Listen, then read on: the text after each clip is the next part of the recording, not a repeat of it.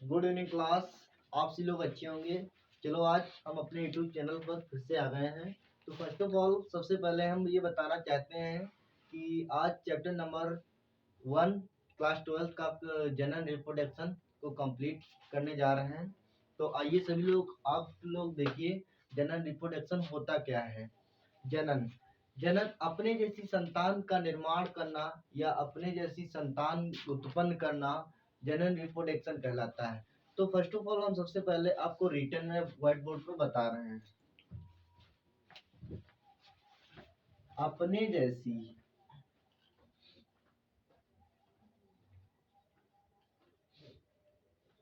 अपने जैसी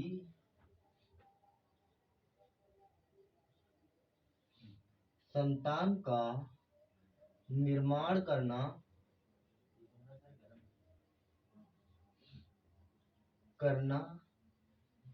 या उत्पन्न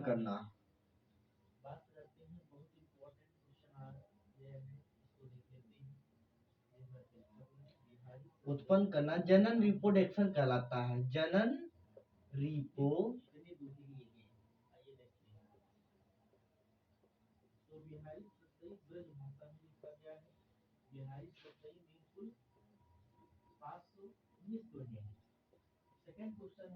कहलाता है। आप सभी लोगों को समझ में आया कि अपने जैसी संतान का निर्माण करना या अपने जैसी संतान उत्पन्न करना जनन रिप्रोडक्शन कहलाता है। जनन रिप्रोडक्शन कहलाता है।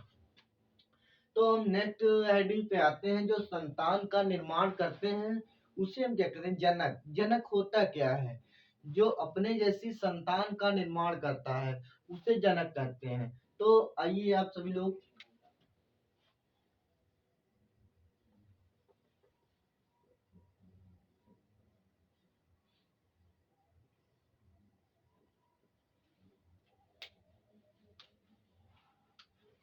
जनक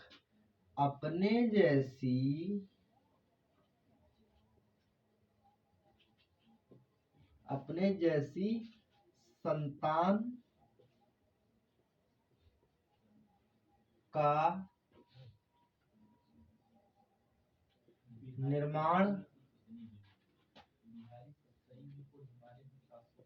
करने वाला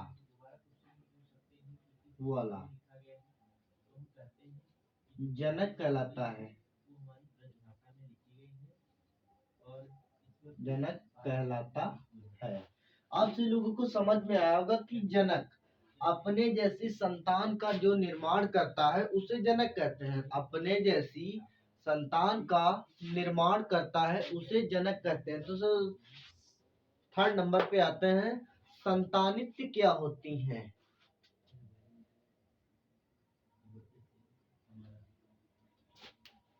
तो आइए सभी लोग संतानित। ये आपका फर्स्ट हो गया, ये आपका टू हो गया, ये आपका थर्ड। संतानित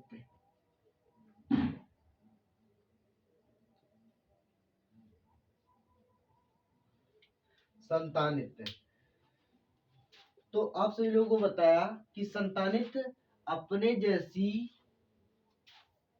संतान का निर्माण जो होता है उसे संतानित कहते हैं। अपने जैसी संतान का निर्माण होता है उसे संतानित कहते हैं।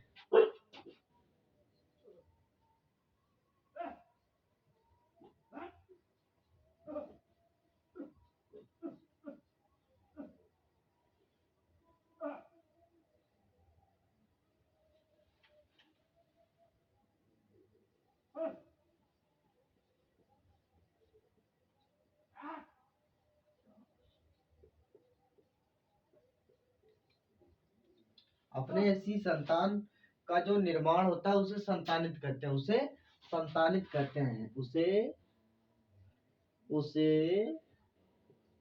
संतानित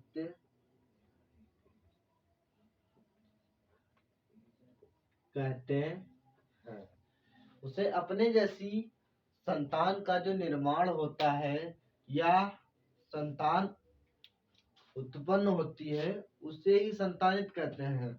आप सभी लोगों को इतना क्लियर हो गया होगा कि जनन रिप्रोडक्शन जनक संतानित क्या होती। तो आप सभी लोगों को हम सेकेंड बॉल डिफाइन कर रहे हैं रिप्रोडक्शन, अपने जैसी संतान का निर्माण करना या अपने जैसी संतान को उत्पन्न करना जनन रिप्रोडक्शन कहलाता है, जनन रिप्रोडक्शन कहलाता है। और हमने दूसरी बात बताई कि संतान को उत्पन्न करने वाला कौन होता है, जनक। जनक क्या होता है, अपने जैसी संतान का निर्माण करने वाला जनक कहलाता है। जो अपने जैसी संतान का निर्माण करता है या करने वाला वो जनक कहलाता है, वो जनक कहलाता है। तो थर्ड नंबर पे आते हैं संतानित क्या होती है। अपने जैसी संतान का जो निर्माण होता है वो संतानित कहलाती हैं, या जनक के द्वारा जो संतान का निर्माण होता है उसे ही संतानित कहते हैं। और आप सभी लोग दूसरी डिफिनेशन में ये भी डिफाइन कर सकते हैं कि संतानित जो अपने जैसी संतान निर्माण होती है या निर्माण होता है उसे भी संतानित कहते हैं। अब से लोगों को इतना क्लियर हो गया होगा कि इस जनन रिप्रोडक्शन जनक संतानित ये आप सभी लोगों को क्लियर हो गया होगा। चलो हम आगे फिर से बढ़ते हैं फोर्थ नंबर पे। आप सभी लोगों को इतना हो गया, इसे हम रफ कर रहे हैं।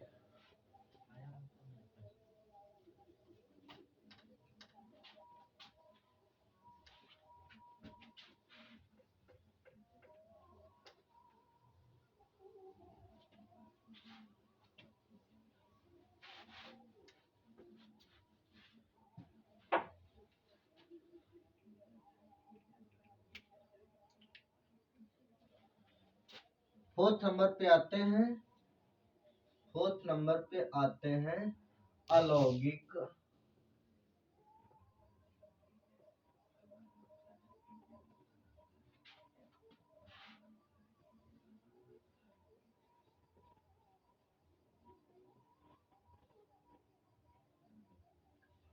लौकिक अलौकिक में अंतर डिफरेंस क्या होता है। आप सब लोगों को डिफरेंस बता रहे हैं। जो हमारा अलौकिक होता है इसमें जो हमारा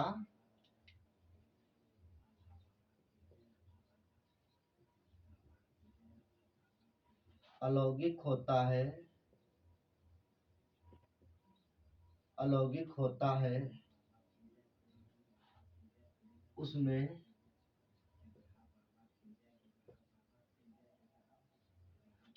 युग्मक का निर्माण नहीं होता है। अलौकिक सेक्सुअल, इसमें जो हमारा युग्मक होता है इसमें निर्माण नहीं होता है। अलौकिक जनन में अलौकिक रिप्रोडक्शन में युग्मक का निर्माण नहीं होता है। लौकिक सेक्सुअल रिप्रोडक्शन में इसमें युग्मक का निर्माण होता है। इसमें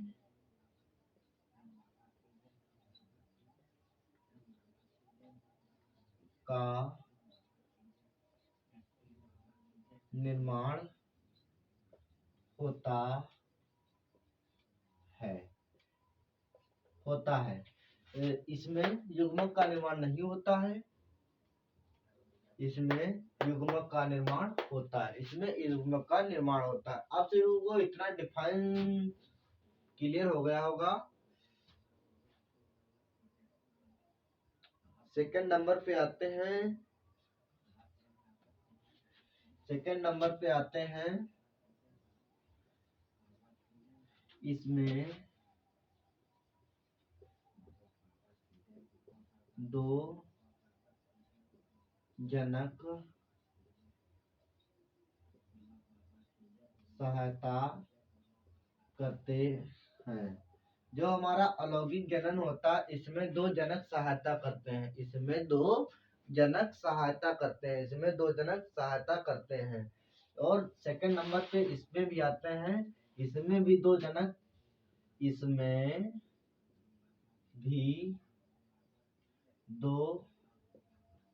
जनक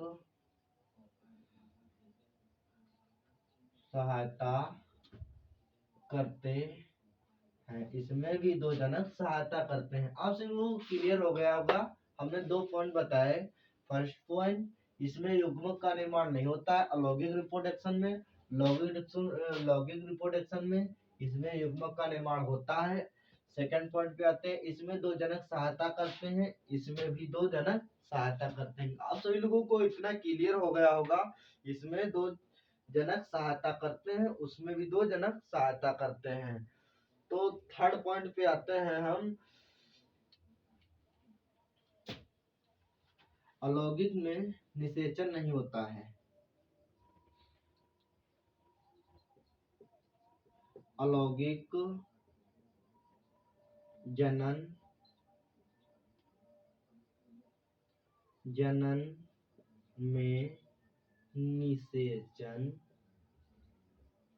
निषेचन नहीं होता है। थर्ड पॉइंट क्लियर होगा कि अलौकिक जनन में निषेचन नहीं होता है। अलौकिक जनन में निषेचन नहीं होता है। इसमें आते हैं लौकिक रिप्रोडक्शन में। थर्ड पॉइंट इसमें भी क्या है, इसमें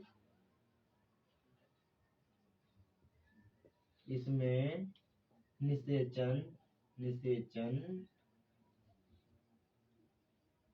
होता है। आप सभी लोगों को क्लियर हो गया होगा लौकिक रिप्रोडक्शन अलौकिक रिप्रोडक्शन में अंतर।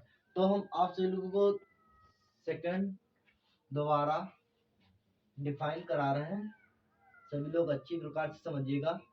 जो हमारा अलौकिक होता है जनन, उसमें युग्मक का निर्माण नहीं होता है। लौकिक रिप्रोडक्शन में क्या होता है, इसमें युग्मक का निर्माण होता है। सेकंड पॉइंट क्या आता है, इसमें दो जनक की सहायता होती है। लैगिंग जनन में आइए, इसमें भी दो जनक की सहायता होती है। थर्ड पॉइंट क्या है, अलौकिक जनन में निषेचन नहीं होता है। इसमें भी थर्ड पॉइंट में इसमें निषेचन होता है। लैंगिक सेक्सुअल, इसमें जनन निषेचन होता है। आप लोगों को इतना क्लियर हो गया होगा कि अब हम आगे बढ़ रहे हैं, इसे रफ कर रहे हैं। जिन लोगों को नोट करना हो नोट कर सकते हैं।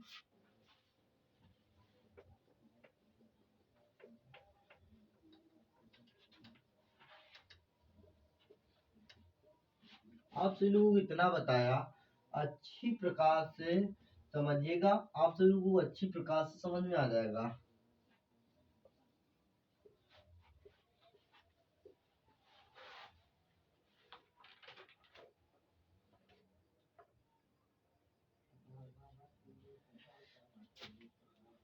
फिफ्थ पॉइंट पे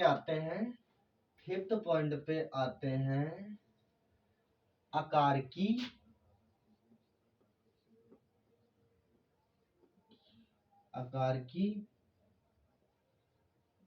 अनुवांशिकी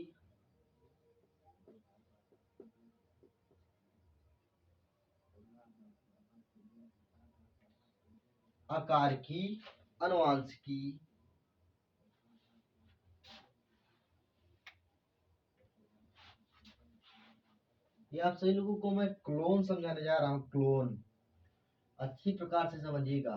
क्लोन आकार की एवं अनुवांशिकी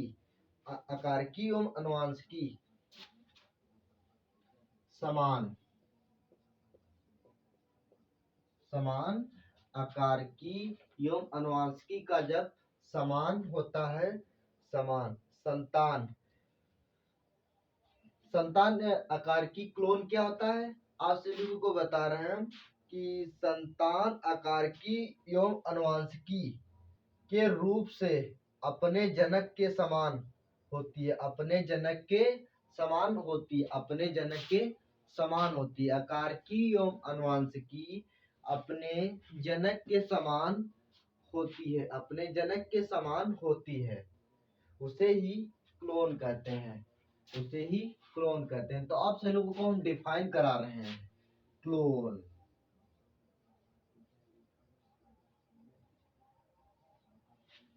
क्लोन क्लोन संतान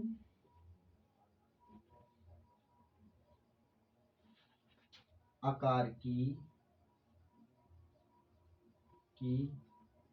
एवं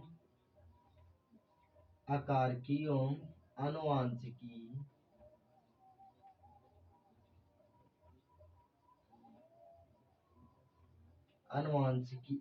संतान आकार की एवं अनुवांशिकी रूप से आकार की संतान आकार की एवं अनुवांशिकी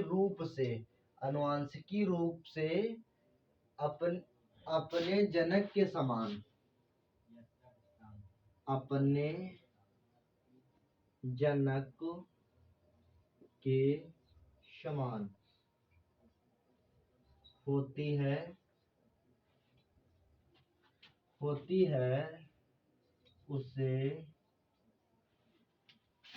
उसे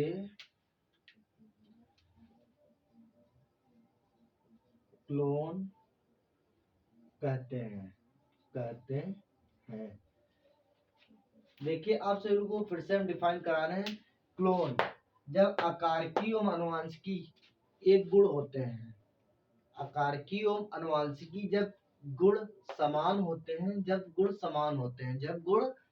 होते हैं तो वही इसमें डिफाइन किया गया है कि क्लोन संतान आकारकी एवं अनुवांशिकी रूप में अपने जनक के समान होती है, उसे ही क्लोन कहते हैं। संतान आकारकी एवं अनुवांशिकी के रूप से अपने जनक के समान होती है, उसे ही क्लोन कहते हैं। आप सभी को इतना डिफाइन हो गया। आप सभी को जिन लोगों को नोट करना हो नोट कर ले, या स्क्रीनशॉट मारना हो स्क्रीनशॉट मार लें। सभी लोग अपने हिसाब से नोट कर लीजिएगा अच्छी प्रकार से, और साथ में इंग्लिश भी लिखते रहिएगा, क्योंकि आप सभी लोग कंपटीशन लेवल से आप आगे जाएंगे तो उसमें इंग्लिश वेरी मोस्ट इम्पोर्टेंट होती है। तो आप सभी लोग नोट कर लीजिए। तब तक हम देख लेते हैं अच्छी तरीके से दिख रहा है।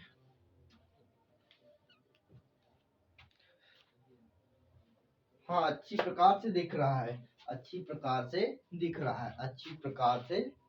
सभी लोग नोट कर लिए होंगे। चलो हम इसे रफ करते हैं।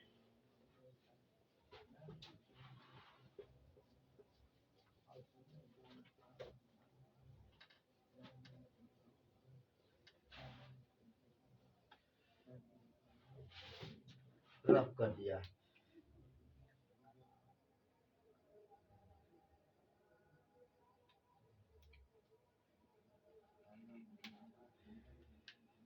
फिर हम आते हैं अलौकिक जनन के प्रकार।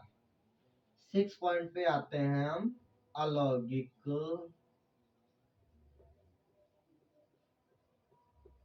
अलौकिक जनन के प्रकार।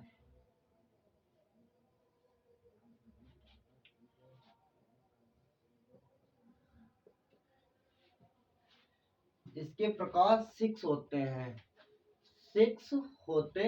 इसके प्रकार 6 होते हैं।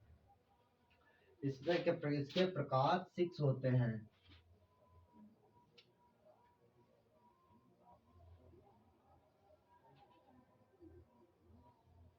इसके प्रकार 6 होते हैं।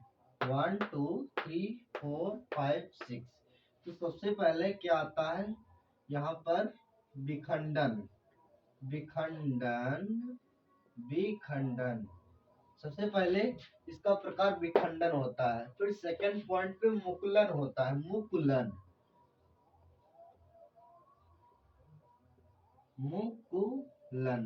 आज इनको को 2 हमने प्रकार बताए। फर्स्ट होता है विखंडन, फर्स्ट होता है विखंडन, सेकंड होता है मुकुलन, सेकंड होता है मुकुलन, सेकंड होता है मुकुलन। फिर थर्ड आता है बीजांड का निर्माण, बीजांड का निर्माण, बीजांड का निर्माण, बीजांड का निर्माण। फर्स्ट विखंडन, सेकंड मुकुलन, थर्ड बीजांड का निर्माण।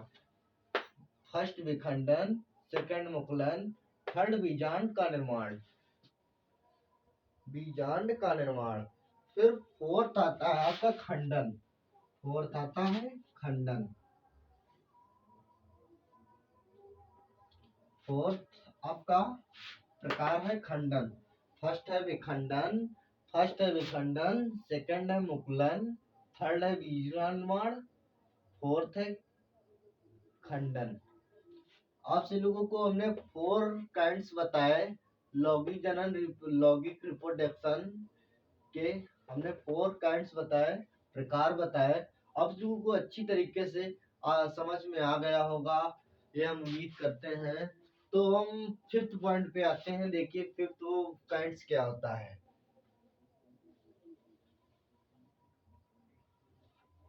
फिफ्थ आता है पुनरुद्ध भवन, पुनरुद्ध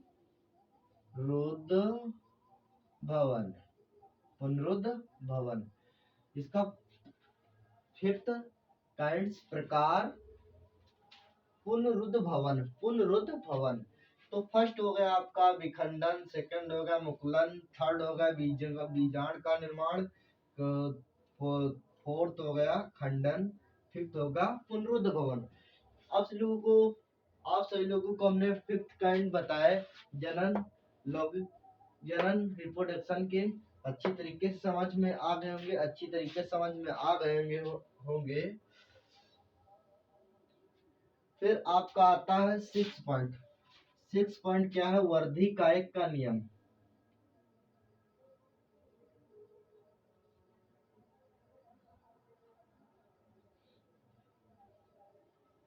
वर्धिकायक, ये आपका 6 होगा। आप लोगों को मैंने लौकिक जनन के प्रकार बताया, लौकिक जनन के प्रकार बताए। तो इसके 6 काइंड्स प्रकार होते हैं। फर्स्ट होता है विखंडन, सेकंड होता है मुकुलन, थर्ड होता है बीजांड का निर्माण, बीज का निर्माण या बीजांड का निर्माण। फोर्थ होता है खंडन, फिफ्थ होता है पुनरुद्ध भवन, 6 होता है वर्धिकायक, 6 होता है वर्धिकायक, 6 होता है वर्धिकायक। तो इसको इंग्लिश में क्या कहते हैं? फिशिंग।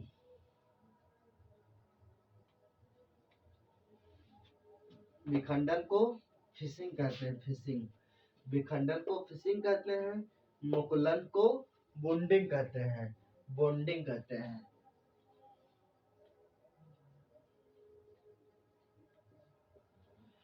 फर्स्ट को फिशिंग, सेकंड को बॉन्डिंग, थर्ड को Aspire formation, Aspire formation.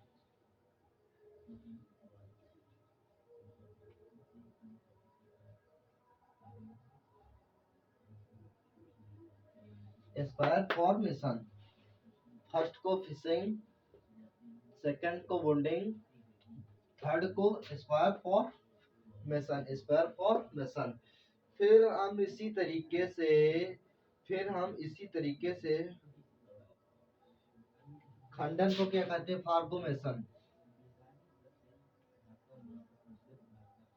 फार्गोमेशन, फार्गोमेशन। Fourth को फार्गोमेशन कहते हैं, फोर्थ को फार्गोमेशन कहते हैं, फोर्थ को फार्गोमेशन कहते हैं। फिर पुनरुद्ध भवन को वेजिटेटिव्स,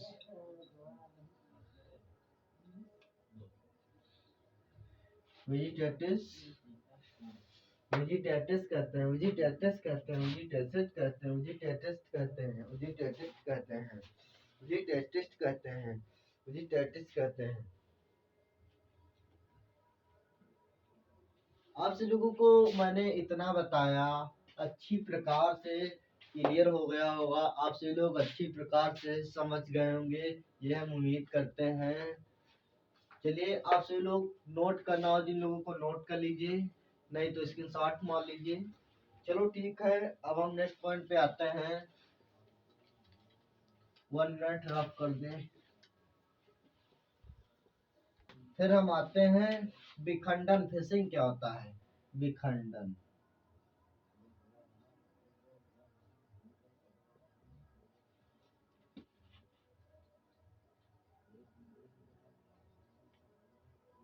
फिशिंग, विखंडन।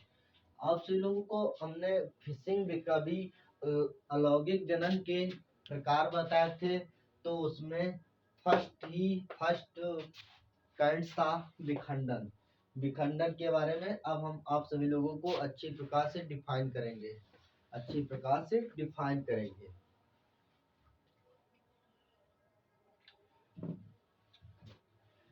केंद्रक में विभाजित होकर केंद्रक द्रव, केंद्रक में विभाजित होकर केंद्रक द्रव, केंद्रक में विभाजित होकर केंद्रक द्रव,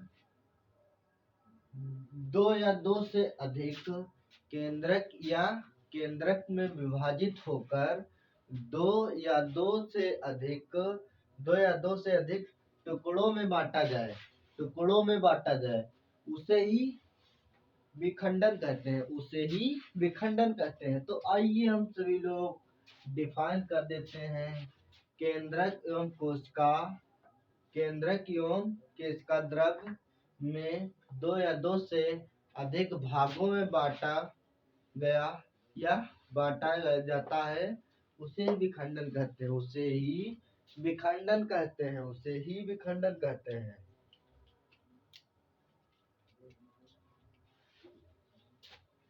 केंद्रक, केंद्रक विभाजित होकर कोशिका द्रव में दो अलग अलग भागों में बट जाता है, उसे विखंडन कहते हैं। अब से लोगों को समझ में आ गया होगा विखंडन। फिशिंग, केंद्रक विभाजित होकर कोशिका द्रव में दो या दो से अधिक अलग भागों में बट जाता है या उसे ही डिवाइड हो जाता है, उसे ही विखंडन कहते हैं।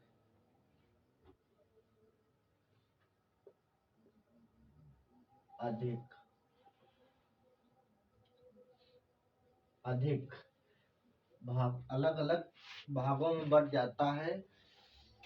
अब सबको समझ में आएगा विखंडन फिशिंग, विखंडन फिशिंग, विखंडन फिशिंग, विखंडन फिशिंग केंद्रक में विभाजित होकर कोशिका द्रव में से अलग अलग भागों में बांट दिया जाता है या बांटा जाता है, उसे ही विखंडन कहते हैं, उसे ही विखंडन कहते हैं, उसे ही विखंडन कहते हैं। आप लोग नोट करते रहिए फटाफट।